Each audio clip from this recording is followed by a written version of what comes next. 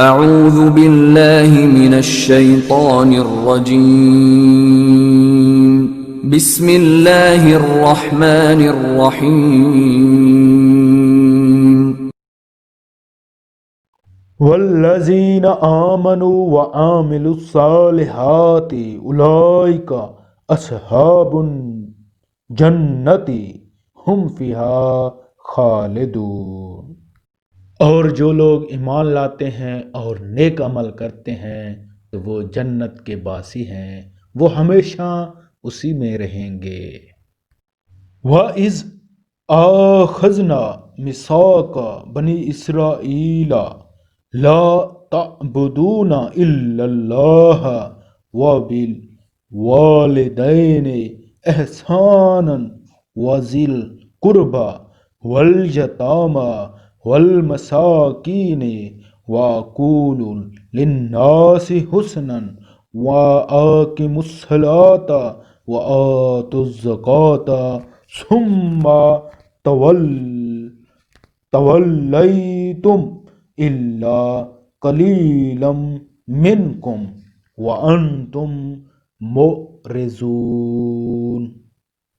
اور وہ وقت یاد کرو جب ہم نے بنی اسرائیل سے پکا عہد لیا تھا کہ تم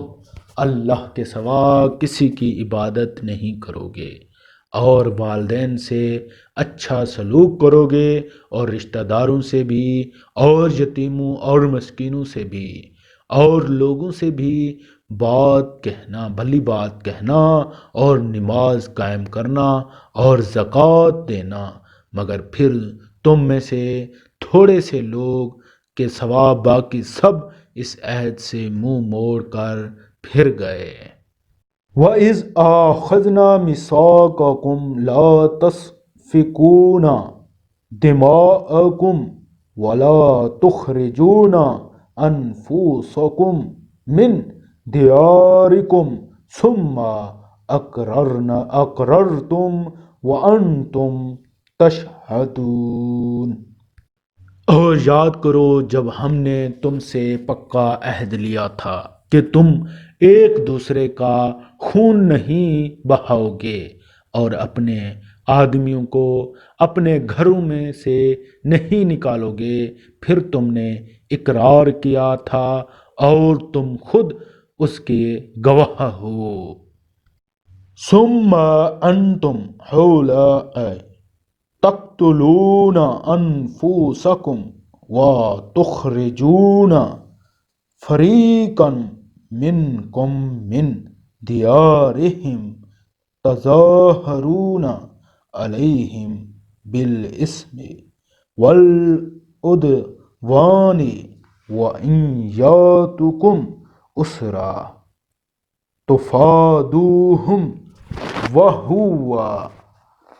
محرم علیکم اخراجہم افتؤمنون ببعض الکتاب وتکفرون ببعض فما جزاء من یفعل ذلک منکم الا خزی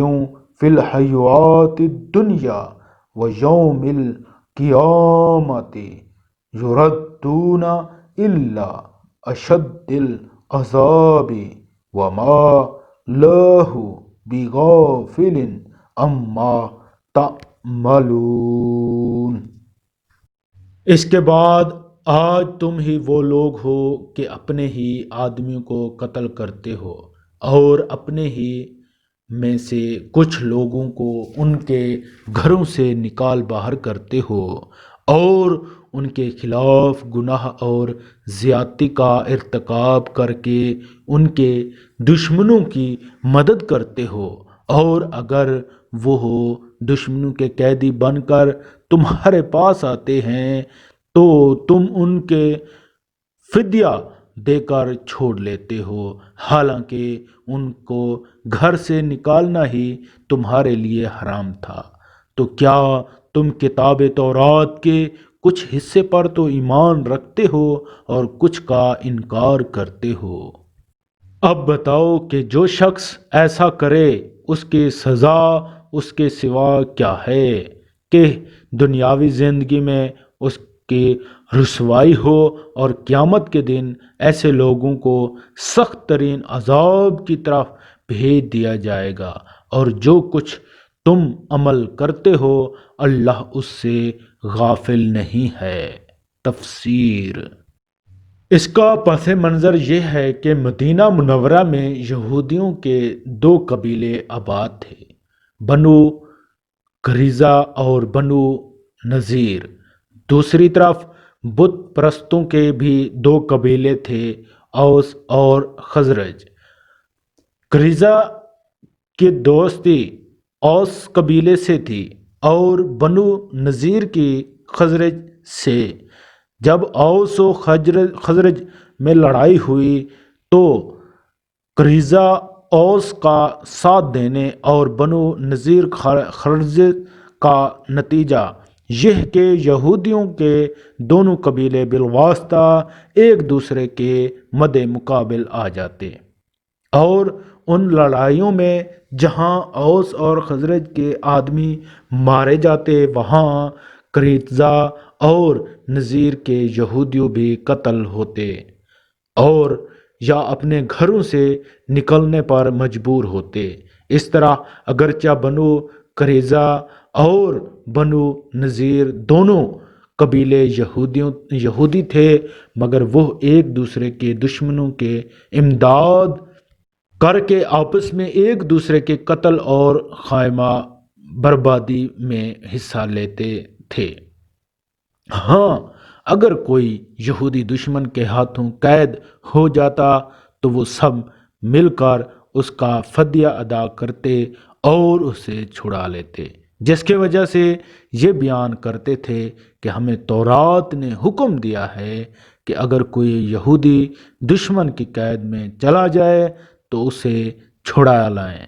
قرآن کریم فرماتا ہے کہ جس تورات نے یہ حکم دیا ہے اسی نے یہ حکم بھی تو دیا تھا کہ نہ ایک دوسرے کو قتل کرنا اور نہ